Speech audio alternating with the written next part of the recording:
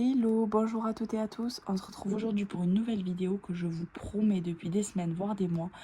Comment on va faire pour épargner 12 000 euros en un an. À savoir, petit disclaimer, parce que je sais que ces vidéos avec des titres un peu gros attirent pas mal de personnes. Pour les personnes qui ne me connaissent pas, je vous invite à aller voir une de mes vidéos budget où je me présente un petit peu plus en détail. Mais sinon, pour vous faire simple, ces 12 000 euros, c'est pour payer l'école de nos enfants. Donc nos enfants vont dans une école à pédagogie alternative. Donc pour nous, c'est un choix qui a été évident. Donc c'est pas une école privée. Donc il y a les écoles publiques, les écoles privées et les écoles hors contrat avec l'éducation nationale. Donc nous, c'est le cas. C'est hors contrat avec l'éducation nationale, donc ça ne reçoit aucune subvention de l'État. Donc c'est les parents qui payent intégralement la scolarité de leur enfant. Du coup, c'est vraiment au réel ce que un an de scolarité coûte pour notre enfant. Donc à savoir que nous on a deux enfants de 1 an et demi et 3 ans. Donc mon enfant de 3 ans est rentré à l'école cette année, donc en 2024, en septembre 2024. En petite, donc c'est des classes multiniveaux, donc c'est pas en petite section mais en première année on va dire. Il va y avoir du coup une deuxième année et ensuite en septembre 2026, ce sera nos deux enfants qui seront scolarisés. Donc pour un an, cette scolarité coûte 6 000 euros pour un enfant. Du coup, pour deux enfants, ça coûte 12 000 euros. Le calcul est vite fait. Comment est-ce qu'on a fait pour financer la première année? Pour financer la première année, vu qu'on n'avait pas du tout d'argent de côté, donc pour rappel, nous on fait le système des enveloppes et le budget bas zéro. Donc la première année, on a en fait revendu notre voiture, fait une grosse plus-value qui nous a permis, donc une grosse plus-value qui est de 6 000 euros et qui nous a permis du coup de financer la première année de notre enfant parce qu'on n'avait pas d'argent de côté. Par contre, ça a été une de nos motivations pour reprendre notre budget en main vu que on savait que ça allait arriver qu'une fois de faire 6 000 euros de plus-value sur notre voiture. Du coup, je vous avais fait une petite vidéo, donc je vous montre le petit récap de comment est-ce qu'on a mis 6 000 euros en un an de côté. Donc du coup, si vous voulez aller voir la vidéo, elle est toujours sur ma chaîne. Donc voilà, j'avais fait le petit suivi. Et effectivement, là on est en juin 2025 et on a bien 6 099 euros de côté. Donc on est parti de zéro. Donc ça, c'est de l'argent qu'on a mis de côté, en plus de tout l'argent qu'on a mis de côté pour les vacances, les restos, enfin, en plus de tout ce qu'on a mis de côté. Donc voilà, et là maintenant je vais vous montrer mon petit plan pour 12 000 euros en un an, sachant que il se décompose à peu près. En fait, j'ai pris ce qui avait marché. Déjà pour nous, mettre 6 000 euros de côté en un an pour notre première année de budget bien sérieux, c'était déjà énorme. Donc là, on se sent d'attaque pour les 12 000 euros, sachant que pour cette année-là, mettre 6 000 euros de côté, mon mari, pendant les 3 quarts de l'année, enfin, voire 80% de cette année-là où on a mis 6 000 euros de côté, n'avait pas d'emploi. Donc il était en formation et il touchait 1 100 euros par mois d'aide pour la formation qu'il faisait. Du coup là, il a repris un emploi. Donc il est toujours en formation, fait un alternance ce coup-ci. Et du coup, il est beaucoup mieux rémunéré. Donc c'est ça aussi qui fait qu'on va pouvoir faire pas beaucoup d'efforts au quotidien, mais pouvoir quand même mettre beaucoup plus de côté. Allez, c'est parti pour notre plan scolarité. 12 000 euros en un an pour l'année scolaire 2026-2027. Et du coup, ce plan qu'on devra réitérer chaque année pendant au moins jusqu'à ce qu'il rentre au collège. Donc, la première chose qui avait bien marché pour 700 euros, c'est faire le défi de 10 euros. Donc, défi de 10 euros, c'est quoi? C'est en fait toutes les économies que je fais chaque mois et en début de mois aussi, si j'ai une petite marge de manœuvre sur mon budget prévisionnel, je mets de l'argent de côté sous forme de billets de 10 euros. Et donc l'objectif, c'est d'avoir 70 billets de 10 euros à la fin et donc d'avoir 700 euros. Tout ça, je le suis sur un tracker. Donc un tracker, c'est un petit endroit où il y a par exemple 70 pastilles et à chaque fois que je mets un billet de 10, je coche une pastille. Donc tout ça, je le fais avec les économies en fin de mois et avec la petite marge de manœuvre que j'ai de budget en début de mois. Donc pour 700 euros en un an. Ensuite, Concernant notre deuxième entrée d'argent pour ces 12 000 euros. Donc on compte sur le remboursement des impôts. Donc l'objectif c'est d'avoir 1 500 euros via ce remboursement des impôts. Donc qu'est-ce que c'est le remboursement des impôts? En fait on paye des frais de garde et il y a 50% des frais de garde chaque année qu'on récupère sur les impôts. Donc c'est quand on paye des frais de garde pour les enfants de moins de 6 ans, tout le monde y a droit, je crois. Et du coup, sur ces frais de garde, on va récupérer 1 500 euros. Donc l'objectif, c'est 1 500 euros. Et au réel, vu que là, on est en juin 2025, j'ai déjà vu qu'on allait sûrement récupérer 1 900 euros. Mais là, quand j'avais fait le prévisionnel, je ne savais pas encore. Et donc, j'avais tablé sur 1 500 euros. Je trouvais que c'était quelque chose déjà de raisonnable. Ensuite, on va toucher des intérêts à fin 2025. Donc, sur nos livrets, on a de l'argent. Donc, à savoir qu'on a calculé qu'on allait avoir à peu près 650 euros. Donc, dans les enveloppes Sumeria, on a chaque mois à peu près 10 euros, voire un peu plus. Donc là, vous voyez, j'ai noté pour pouvoir bien traquer. En juin, on a eu 13,37 euros.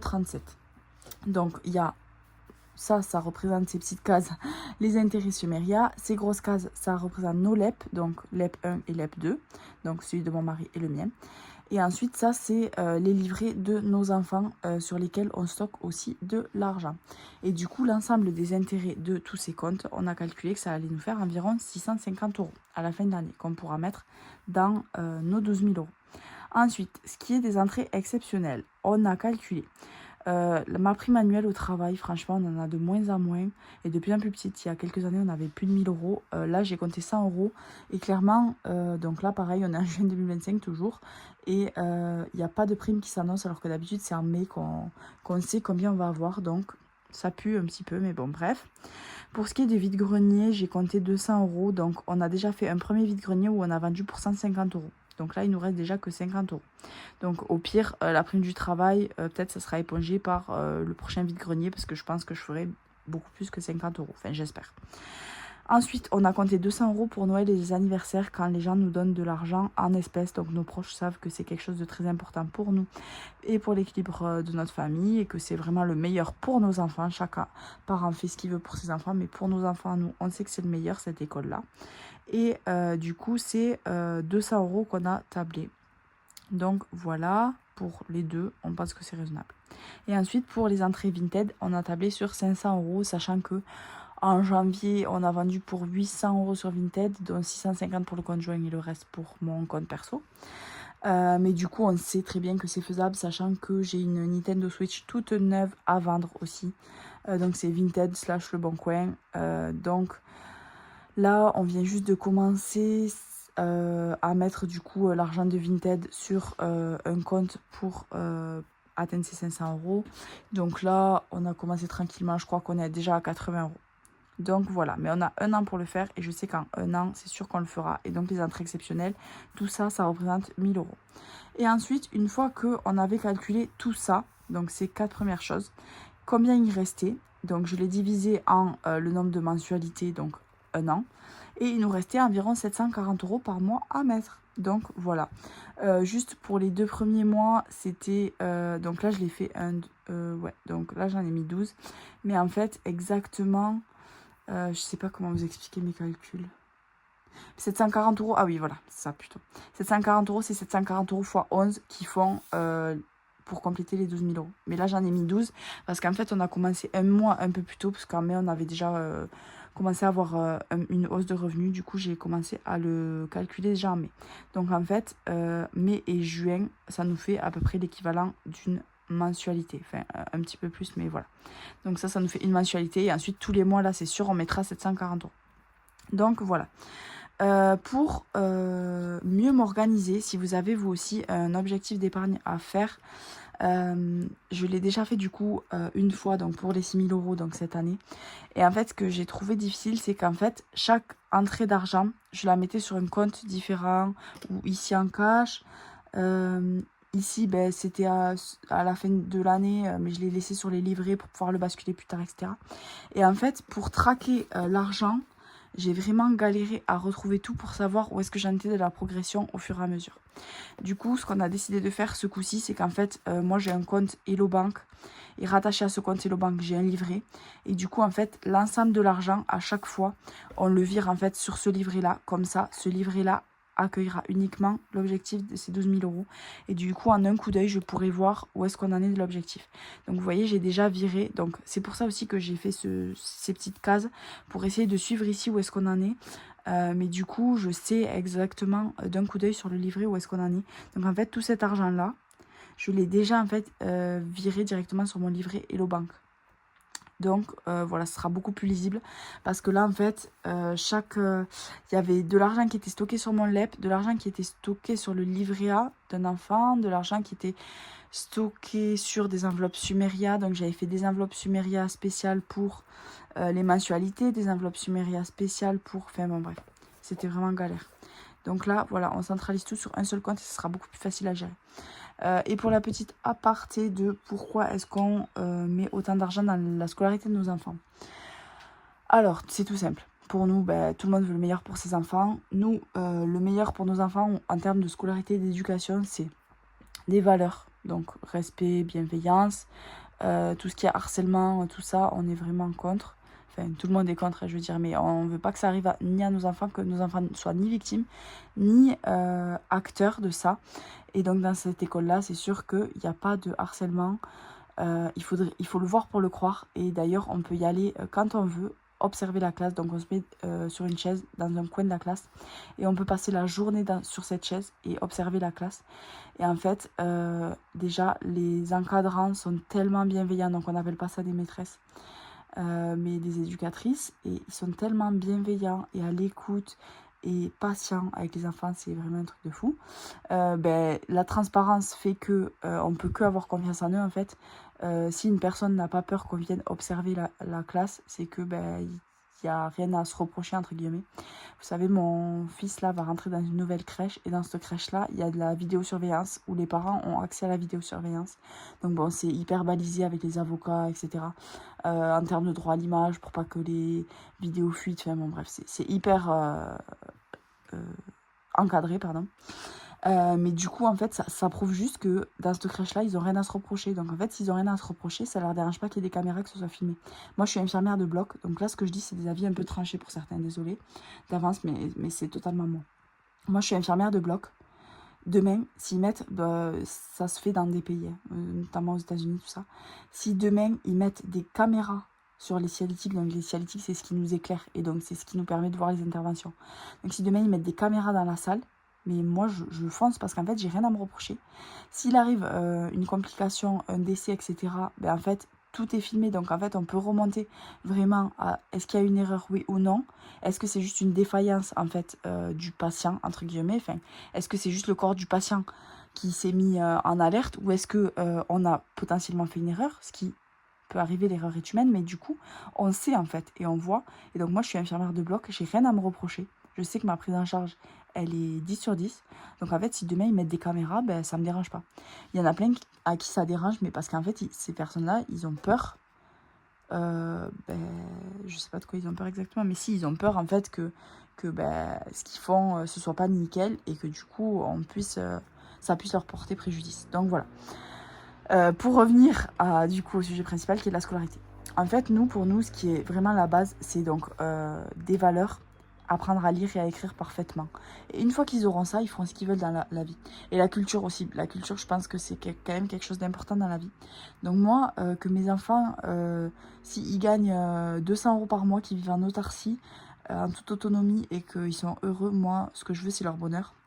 S'il faut un bac plus 10 et qu'ils sont hyper stressés et que c'est hyper anxiogène et qu'ils gagnent de l'argent, mais que du coup, ils ont une vie compliquée, moi, c'est pas ça que je veux. Moi, tout le monde veut, je pense, que ses enfants soient heureux. Et nous, en fait, on sait que ce qui est très important, et on l'a vu pendant nos scolarités et avec les proches autour de nous, pour nous, la base vraiment, c'est lire et écrire parfaitement. Et une fois qu'ils ont ça, ils ont des bagages pour toute la vie, pour se débrouiller partout. Donc, la confiance en soi, les valeurs, lire, écrire, et la culture aussi, je pense que c'est important. Donc, cette école, pour nous, ça apporte tout ça à nos enfants. Et on préfère mettre cet argent-là, donc 12 000 € par an, c'est conséquent. On préfère mettre cet argent-là maintenant, plutôt que le mettre de côté pour plus tard leurs études supérieures. Sachant que on ne sait pas s'ils vont faire des études supérieures ou pas. Je l'ai déjà dit, mais je le redis. S'ils vont dans une fac qui est gratuite, enfin subventionnée par l'État, mais on va dire gratuite pour les parents.